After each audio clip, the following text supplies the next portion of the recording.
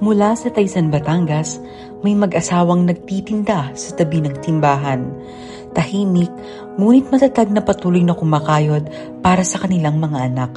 Sa kabila ng dilim na bumabalot sa kanilang paningin, hindi kailanman nawala ang liwanag ng kanilang pag-asa. This Christmas season, paano nila isineselebrate ang love, faith, and giving even wala silang paningin? With the help of Barefaced Cares, they shared their story, one filled with inspiration, resilience, and a reminder that true brightness comes from within. This is the story of Tatay Severino. Ako ay taga Kilambute sa Batangas. Kami pagka linggo, ng hapon o gabi, nandiyan kami sa simbahan upang maghanap buhay na rin aming kandila. Kahit paano nakakaraos ng masawa ng Diyos dahil unang-una may mga naturo magpauntunte, kahit paano, nakakadagdag din ng aming pagkain araw-araw. Kasi baga ng buhay ngayon, kaya hindi naman natin maaaring sabihin na yung aming hindi talagang, kung tubag kulang at kulang. Dahil na, siyempre, samahan nga ng mga bilihin. Yung sasabihin natin na, kagaya ng aming pinambiling yan. 6 na ranay. Ay kami kukunin ang tubong niya. Kung walang bibig sa amin, wala din kami kita. Ay kagaya na rin housing maghapon na. Eh di naman, may pang 100. 200 naman pala rin. Ito po ay benta nyo kanina. Benta lang sa kandila. Kandila po. Ako ay napasama sa mga magkakandila. Nakita ko yung mga magkakandila. Sabi ko, ate, baka ako pwede nga ako makiangkat sa inyo na kandila at nga ako pimihanap buhay. Pinagbigyan naman ako ng mga magkakandila na nakilala ko at ako pinagtinda. Hanggang sa natuto ko maghanap buhay na, mamila ng bute, magtinda ng sampagita, magtinda ng balot, mamaskad dyan sa mga bayan-bayan. Mga bayan-bayan. Nabanggit rin sa amin ni Tatay Severino na kung minsan ay doon na sila natutulog sa simbahan, kahit na mainit at walang komportable na higaan.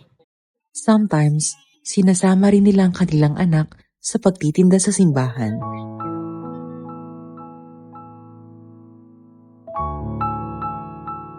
Yung nga naman, nabubuhay pa, sinisibat ako ng pagbong, ng kawayan. Ganyan kahabang kawayan usungan. Isibatin ako. Pag wala akong kita, mamumura ka pa, may tutuktukan ka pa. Sabi ko, sa sarili ko at magulang ko, pero hindi tama na ang anak ang siyang susihin mo para maghanap buhay ka sa ibang tao.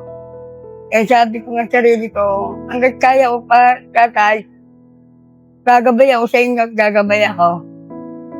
Mga anak ay hanggat kaya namin, ay aming aalalayan tapos na aming makakaya. Ganun ng mga magulang kasi ang isang pagmamahal sa magulang, hindi mapapantay ng ibang tao. Yun naman, may nagkamahal ng ibang tao, pero iba ang pagmamahal sa magulang kasi sa ibang tao. Base sa kwento ni Mang Severino, lumaki siya sa simbahan. Inalagaan siya ng mga pare at mga tao doon. Yan yung batang lalaki ako. Ako, kaya ako pupunta sa kumbinto, kakain, papaliguan ka doon sa kumbinto, bibigyan ka ng damit, utoy, halika, kiniligo. Ligo ako ng mga pare, o ng brother na si Kuya Louie.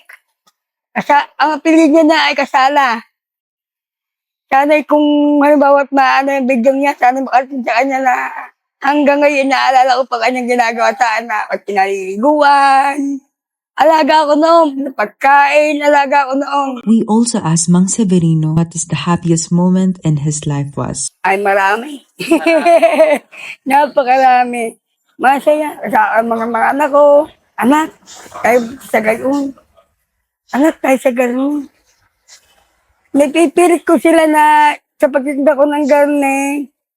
At konti-konti lang, di ba pagtagpi ko ng kita namin, yung mga sumubro na konti-konti, anak tayo sa itin, nagagalat tayo ng konting ulan. Kahit patingin-tingin lang kami sa isim na gayon, masaya na rin kaming mag-anak. So, makakakita kami ng medyo mura-mura, yan nakakabili din naman. Yung doon ko na ibabanding ang aking mga anak minsan. Mapakadalan ako, matagal na panahon. Ang hanggang mo lang sa iyong mga anak, yung maging masaya sila. Ilang minsan magulang, masaya na rin ang magulang kasi maligaya nga ang mga anak. Tatay Severino shared na ang paningin ni Nanay Bernadette ay habang lumalaki ito ay nawawala dahil sa sakit nitong glaucoma.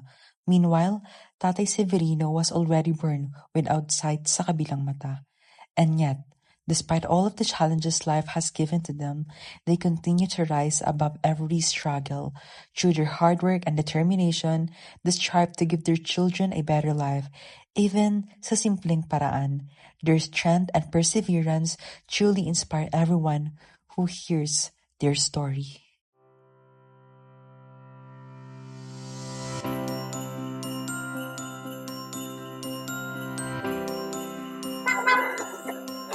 Okay, tara. Samahan nyo kami kasi bibisitahin namin ngayon si Tatay Severino sa simbahan. Let's go!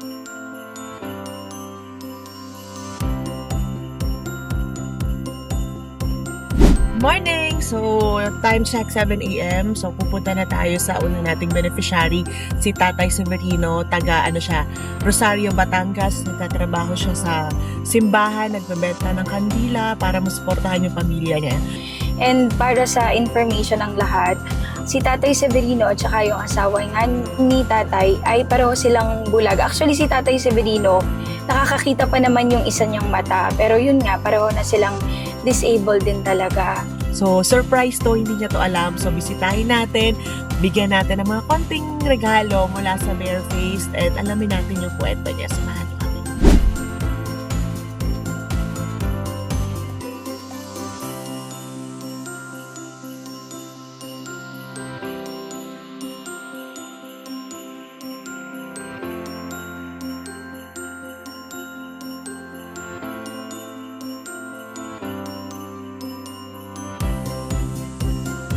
Ayan nga, ganito na yan.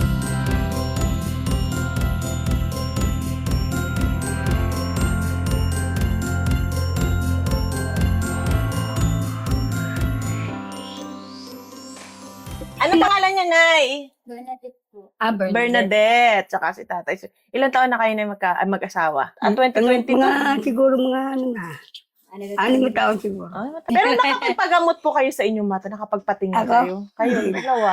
Hindi na din Hindi po. na rin talaga. Ano yung asawa ko? Talaga po wala na po pag-asa pag glaucoma. Oo, glaucoma, lumala na Oo, talaga. Hindi po, gawa ng maliit pa po ako, inopera na po ako sa Makati Medical. Nagpa-opera Ay na sabi kayo. po daw ng doktor, Mrs., pag inopera mo ang glaucoma, nabalik daw po. Oo. nga. Wala na talagang pag-asang makakita. Hindi ko wag lang mawala ng mata kasi yun ang pinaka-control ng mata. So, hindi na kayo nagkaroon ng chance makita si Tatay Severino, inyong mga anak. Na.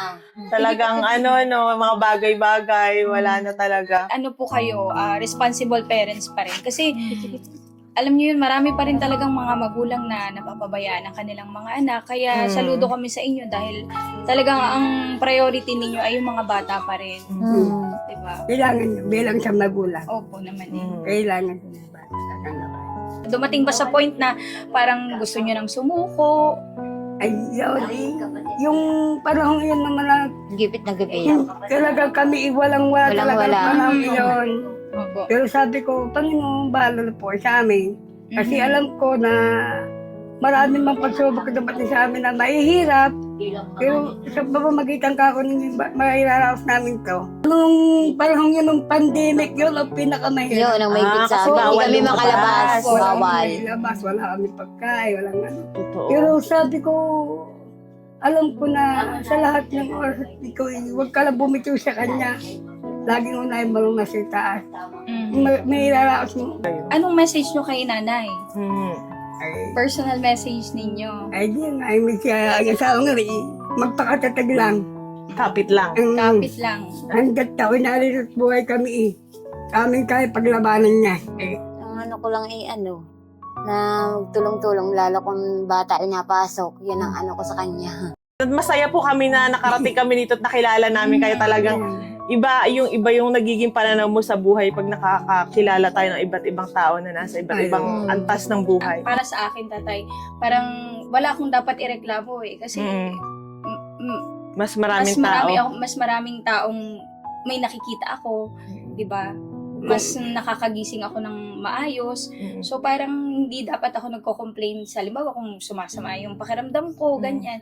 Kasi may mga tao pa rin na mas maano ang sitwasyon compare sa akin. So, So, kung yung binibigay na tulong sa inyo, ang kapalit naman na naibigay nyo sa mga tao is inspirasyon. So parang pareho lang kayong may natatanggap kayo at saka kami tulad namin na nandito. Minsan kasi tayo ang tao kahit maliit na problema, parang nag-iisip ka ng mas malalim, masyado mo sineseryoso ang buhay na hindi mo nalilimutan mo nang i-enjoy ba? Nakaka-stress lang yung gano'n. Tuwing December 25, paano kayo? Pagka Pasko, kami may celebrate ng Bagong taon taon. na. Sabay na. sabay na. Bagong taon na kasi Pasko, ay di kami nagagala-galang hindi ka namamasko. Yung kung sino magbibigay sa amin ng papasko, yun ang aming Pinahanda sa para sa bagong taon. May panghanda kayo sa bagong taon. So yung So, Pasko, pag ang Pasko nyo, busy talaga din kayo. Hindi kayo dito na naghahanda. Hindi. Bagong taon lang. Bagong taon lang. Pasko yung nasa labas. So yung paghahanda namin ng Pasko, si bagong taon para isang isang gastos. Sa tatay kami may bibigay sa inyo. Oo. Meron kaming munting handog. Talagang maliit Munti ito. talaga. Para meron kayong parol para May sa parol. para sa Isabi dito, isabi kaya ito kita. isasabi tatay. Para tuwing makikita Tayo nyo. dito parang maganda Kaya dito. din eh. O tayo kayo. Asan ba natin pwede? Tagang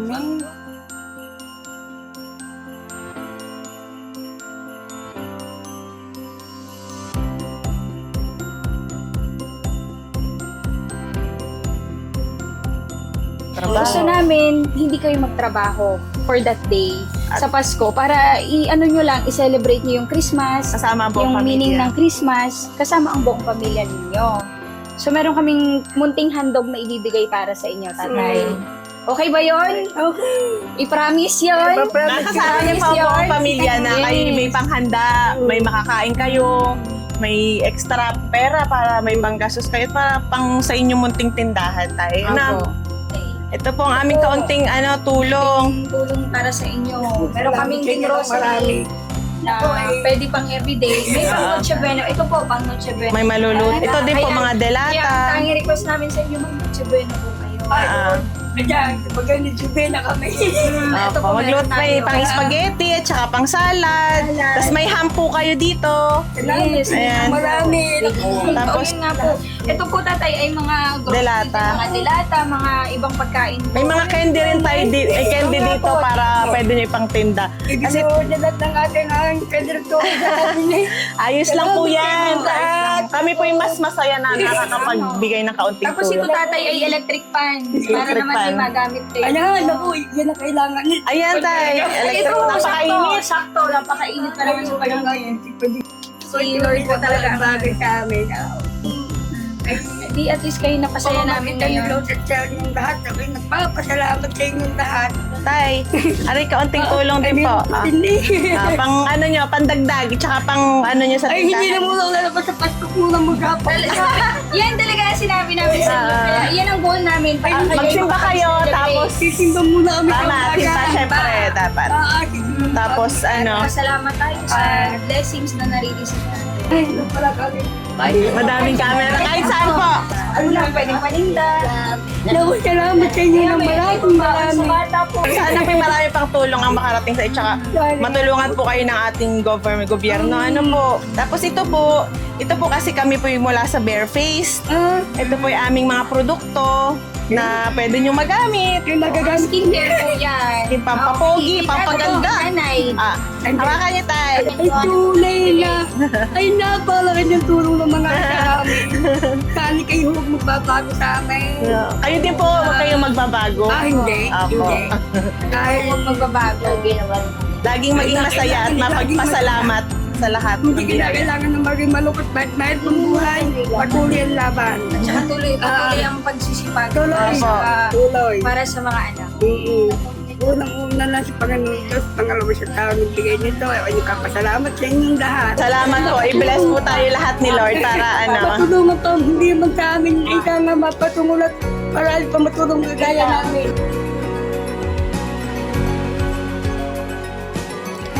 Kahit may kadiliman sa paningin ni Nanay Bernadette at Tatay Severino, hindi pa rin nawawala ang liwanag sa kanilang puso.